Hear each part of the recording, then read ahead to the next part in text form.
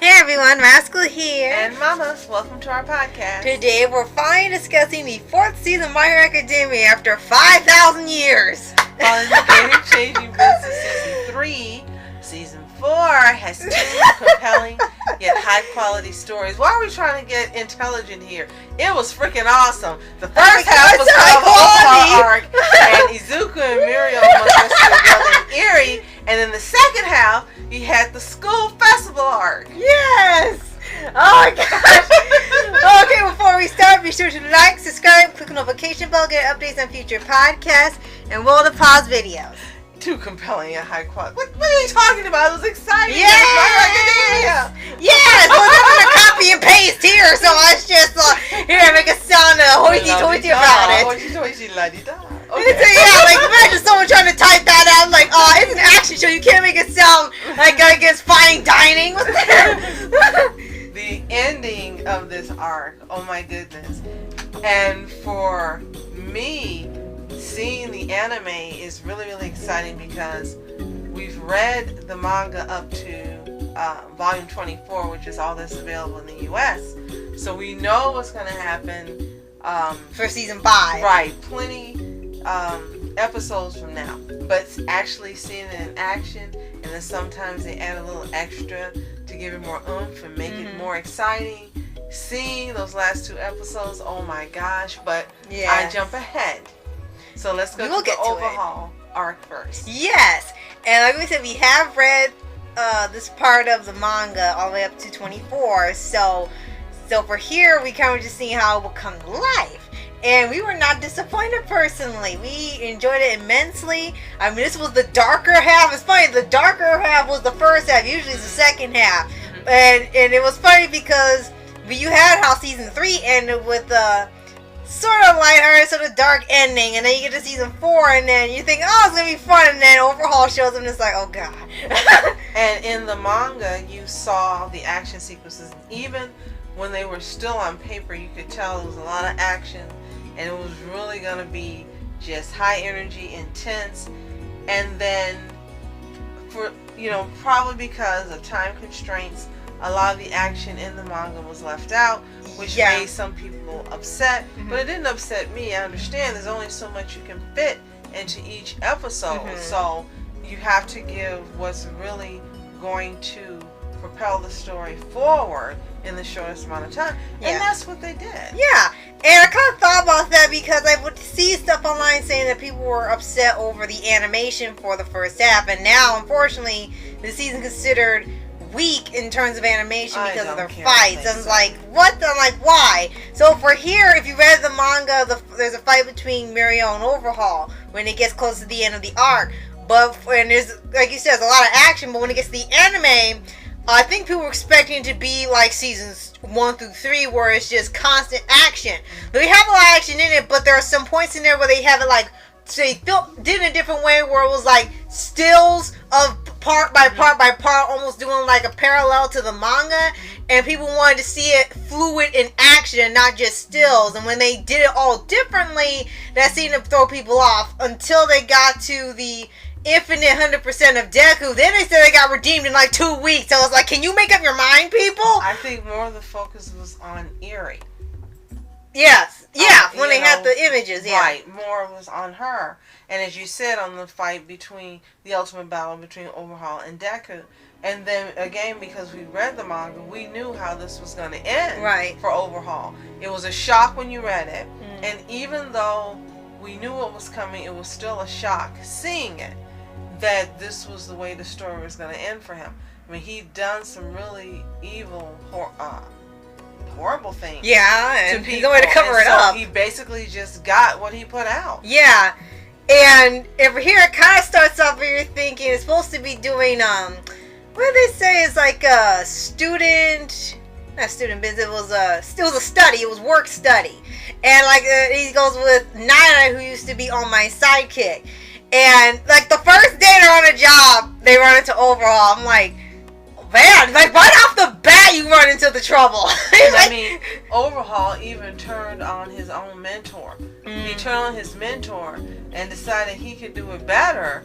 And look what he did to him. So there was no redemption for him. There was not going to be anything that would be redeeming, Mm-hmm. change her heart, that he had done something nice. Look what he had done to Eri.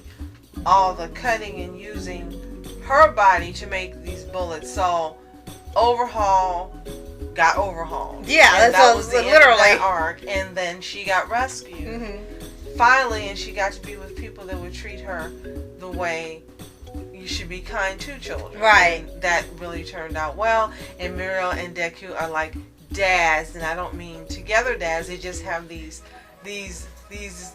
personalities that are like loving and nurturing and like two dads. Right. Yeah, so yeah, I know, it's like the really innocent part of it.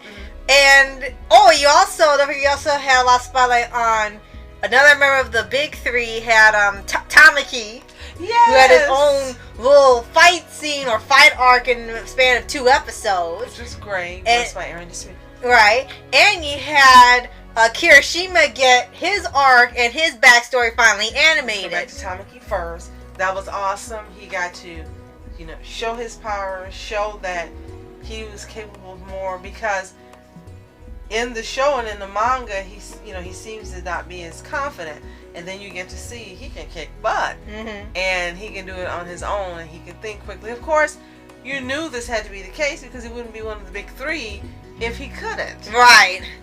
Yeah, and that was really great seeing that again animated, and you got to see part of his backstory of how he knew Mirio before they met Nejire. And then they fleshed out for you Mirio and Tamaki's relationships. For people who weren't sure, you became sure of what it is. Yeah. And then Kirishima. I don't know if anyone noticed this, but he goes up to Eri and he says, "Oh, I didn't get a chance to introduce myself before." And I forgot the word he used. Which you can get acquainted to it again. And I'm like, wait a minute. I think this is another hint. I love Kirishima, and I don't want him to be the mole. I don't want him to be the one who's doing the betrayal. But they just keep being hints after hint after hint. And why would he say to her, "We didn't get a chance, for me to introduce myself before"? When did you meet her before? Right. Nowhere in the episode, anywhere, did they show you with her. So that was another slip. Right. Just like in the movie Heroes Rising, the one comment that they focus on, and he says it is... Yeah, is it? There aren't any villains on this island. Then they show the villain. And immediately they show, but it's Kirishima. So I keep thinking there are these hints. And again, for you that are listening, I love Kirishima. He's just so awesome and wonderful. You can't help but love him. But there keep being hints that he is the mole. And we got to see how this turns out, because I don't think it's Pikachu anymore. He's cleared himself. We know it's not the girls. It can only be a guy based on the call that was made that we heard as well. Yeah, and during the movie. Yeah, during that and during the overall arc when the clan, they're supposed to be invading where the hideout is because they think that the clan and the League of Villains are going to work together. And when they get there, it's almost empty. And they said it looks like they've been tipped off. And they even show you, like, at the same time they're getting ready to go, someone's calling on there, but the voice is, like, disguised, but you can tell it's a guy. And it's like, okay, you kind of reckon it almost sounds like one of the voice actors you've been hearing in the show all the time. I really hope it's not Kirishima, but all evidence is pointing directly at him, and that's just gonna suck. Yeah. So now we get to the second arc, the school festival. Yes. Rascal's one of her favorite arcs. Yes, because after all the trauma you've been through for the past 4 seasons, we need to take a break and actually have them do something fun. And because her best girl Jiro gets attention. Yes. Yes. And here's the thing. We did cover part of this actually when we did a World of Paws video. If you have not seen it yet, we discussed about the controversy of the school festival arc. For some people who read the manga and get into the anime, they could not stand the school festival arc because it wasn't action like it has been the past 4 or 3.5 seasons, and it pulled a lot of people off saying, why is it so lame? Why are they doing this? You should be getting back to fine why in their action. But really, we want to bring up again, a lot of people have also brought up in this defense, you need some levity. It's an action, yes, it's an action superhero show, but look what you just happened. You've had nothing but drama and action from seasons 3, training camp, Bakugo Rescue Arc, all the way to Overhaul, which was getting even darker.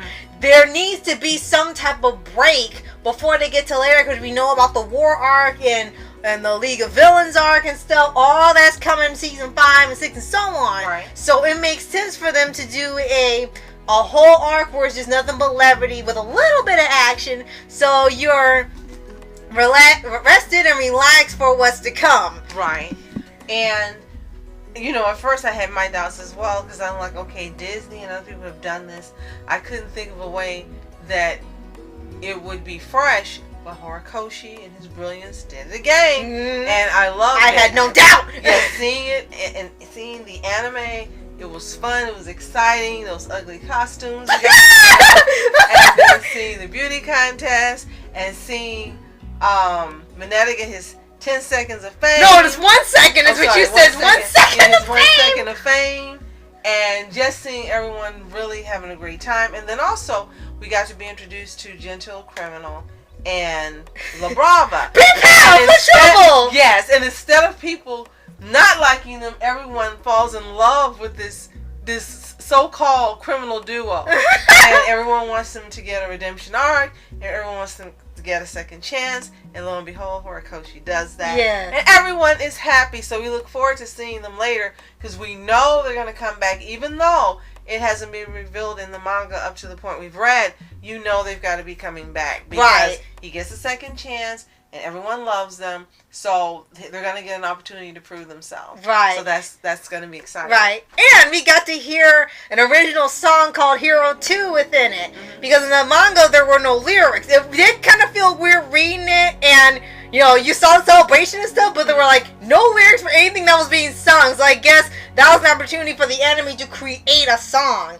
And even before the episode came out, we saw that people were really going crazy for Jiro's singing voice, who was voiced by a whole different person altogether, who's actually in a band. And then when Hero 2 finally came out, it was, I guess, now one of the iconic songs for the series. Yes, and she has a beautiful voice, and it was so exciting, and it was just yes! It was absolutely great. And seeing the battle between Deco and Gentil was also exciting, because you got to see him use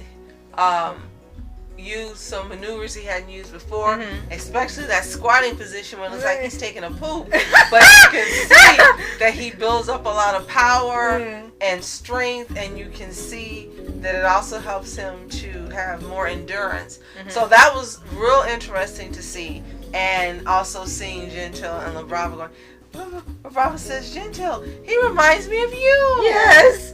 And last but not least, for the last 2 episodes, which is sort of a mini arc in itself, though you wouldn't know by the intro, you would think it was still the school festival, where they had 2 focus episodes on Endeavor, now that he's the #1 hero, and they introduced Hawks and Miriko and the new lineup for the top 10 hero billboard. And we also got to see more of Todoroki's family and have a little more backstory released as well. But first, as you mentioned, the introduction of the heroes and Hawks and Miriko. Yes, and actually get to see them live, anime, and you get to hear their English voices. And they're perfect. Yes. Perfect voice casting. Perfect. Yes, you have nothing bad to say about it at all. Yes, 2 more favorite characters. and I was laughing at the fact that they have a hero billboard, and one person actually said at one point, it said, America has Billboard Music Awards, and I guess that's their equivalent in Japan. Hero Billboard Awards. They said, I want to go to Japan now. Why can't we have that? Right? It would be so awesome to see how they have everywhere as they mentioned, the billboards and the cutouts, and they have all these MHA themes, and even for other anime all over everywhere. That would be so exciting. Yeah, because it's an actual big event within the show's universe. I thought that was a pretty awesome idea. So it was almost like they do the King of Heroes thing on Tiger and Bunny. So yes, we got to see them finally, and as they said, we're very pleased. And also, as we mentioned, Endeavor got 2 episodes. And again, we saw this in the manga, and we knew it was going to be just intense and just horrifying to see. It was no other way to put it, because when you're looking at the pages, you're like, oh my goodness. And just like in the anime, in the manga, they made you wait till the next book to see what was going to happen. So we were like, okay, hurry up, put it out. What happened to Endeavor? Right. And we finally got to see it. So I'm glad that in the anime, they let you see the outcome and didn't leave it as a cliffhanger to next season. That would have been cruel. It looks like they gave you a different hanger. That he didn't die, and that's what was important. You got to see the Todoroki family, all this crap they talk about him and everything, and you see that they do love him and they do care. And then I think it was wonderful that Shoto's mom is explaining to them, yes, this is what you think, but no, you're wrong. He does care. And the flower thing was really outstanding as a point. She mentioned it once, but he keeps bringing them and leaving them for her, even though he can't see her. And you get to also see that everyone talks about Endeavor and how he treated Todoroki, and yes, it was wrong, but we also got to see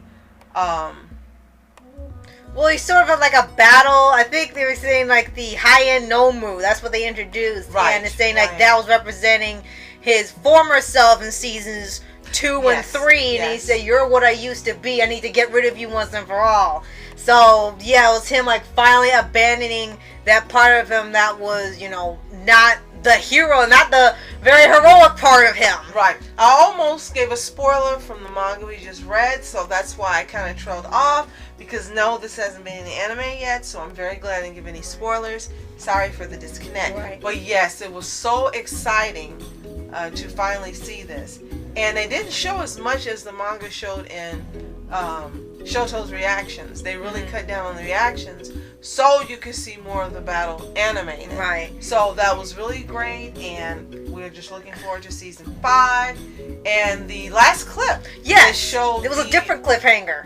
The emergence for Deck, who are being able to see the former wielders of One for All. Yeah. Okay, you got it. Yes, and I do remember you mentioning, or someone else mentioning, that I said, why was it cut short? Well, since there was no way to leave the Endeavor part on a cliffhanger, I think they decided, okay, this is what's coming up this season, but I think it's going to be extended when they get to the episode. They can't show you the whole thing because seeing that is basically its own episode. So I think they kind of just showed you enough where you see like him having it and then the reaction, and then they're going to leave it to the episodes to when everything else comes out. And also in the manga, there's so much more revealed that they didn't want to reveal now because it totally will ruin the surprise for you. So just get prepared, get ready.